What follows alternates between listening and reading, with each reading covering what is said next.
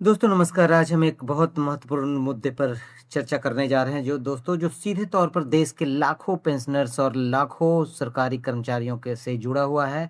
आठवें वेतन आयोग यानी एट्थ पे कमीशन के लिए सुझाव और मेमोरेंडम जमा करने की प्रक्रिया चल रही है। लेकिन इसी बीच पेंशनर्स एसोसिएशन ने एक गंभीर समस्या को उठाया है। आज हम उसी गंभीर समस्या पे चर्चा करेंगे दोस्तों। और वो जो national coordination committee of pensioners associations ने जो चिट्ठी आठवें वेतन आयोग के श्री पंकज जैन मेंबर सेक्रेटरी को लिखा है, उसके विषय में भी हम विस्तार से चर्चा करेंगे और देखेंगे कि वो समस्या आखिर है क्या, जिस पे पेंशनर्स एसोसिएशन को एक लेटर लिखने की नौबत आन पड़ी। तो दोस्तों हमारे साथ इस वीडियो में अंत तक बने रहे। और आठवें वेतन आयोग के सीरीज की ये 10वीं वीडियो है दोस्तों। हमने ऑलरेडी 9 वीडियो पहले पब्लिश कर चुका है और इस सीरीज की 10वीं वीडियो के साथ एक बार फिर हाजिर हो दोस्तों। तो दोस्तों जैसा कि आप स्क्रीन पे देख रहे हैं दोस्तों, ये national coordination committee of pensioners association की चिट्ठी है जो 13 अप्रैल 2026 को लिखा गया है।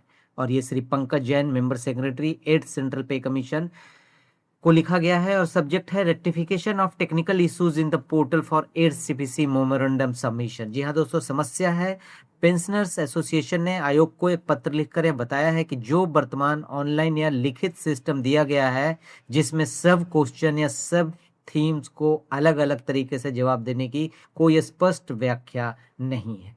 सबसे पहले इस लेटर में पेंशनर्स एसोसिएशन ने आयोग को धन्यवाद दिया है कि उसने पहले जो पॉइंट उठाया गया था कि जो मेमोरेंडम सुझाव देने की शब्द सीमा जो है वो 3500 से 10,000 करने की, उस सुझाव को आयोग ने मान लिया और अब शब्द सीमा को बढ़ाकर 10,000 कर दिया गया है।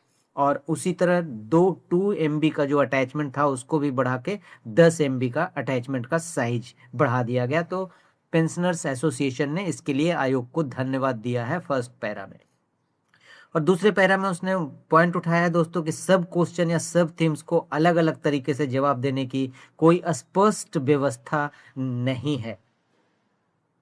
यानी अगर किसी विषय के अंदर कई छोटे छोटे मुद्दे हैं तो उन्हें अलग अलग तरीके से विस्तार से लिखना मुश्किल हो रहा है। इसमें न केवल सुझाव अधूरे रह जाते हैं बल्कि कई महत्वपूर्ण सही तरीके से आयोग तक पहुंच ही नहीं पाते हैं। तो पेंशनर्स की मुख्य मांग क्या है? एसोसिएशन ने साफ तौर पर कहा है कि एक स्पष्ट और संरचित व्यवस्था होनी चाहिए जिसमें हर सब क्वेश्चन या सब थीम को अलग से जवाब देने का विकल्प मिले। सिस्टम जितना लचीला हो, लोग बिना किसी फॉर्मेट की बाध्यता के अपने विचार रख सकें और कोई भी महत्वपूर्ण सुझाव केवल तकनीकी सीमाओं की वजह से छूट न जाए। यह क्यों जरूरी है दोस्तों?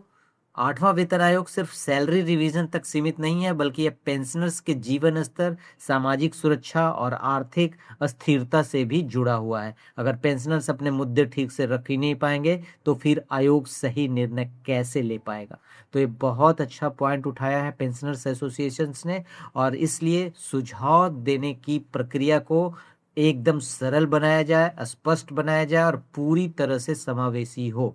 इसमें कोई रुकावट ना आए। अगर हम सुझाव मेमोरेंडम जमा करने की जो समय सीमा है उसके अंदर जमा कर दें। सबसे अहम बात यह है कि एट्थ सीपीसी में सुझाव जमा करने की अंतिम तारीख तेजी से नजदीक आ रही है। ऐसे में अगर इस सिस्टम की इस कमी को तुरंत नहीं ठीक किया गया तो हजारों पेंशनर्स के सुझाव अधूरे रह सकते हैं और उनकी आवाज सही तरीके से आयोग तक नहीं पहुंच पाएगी।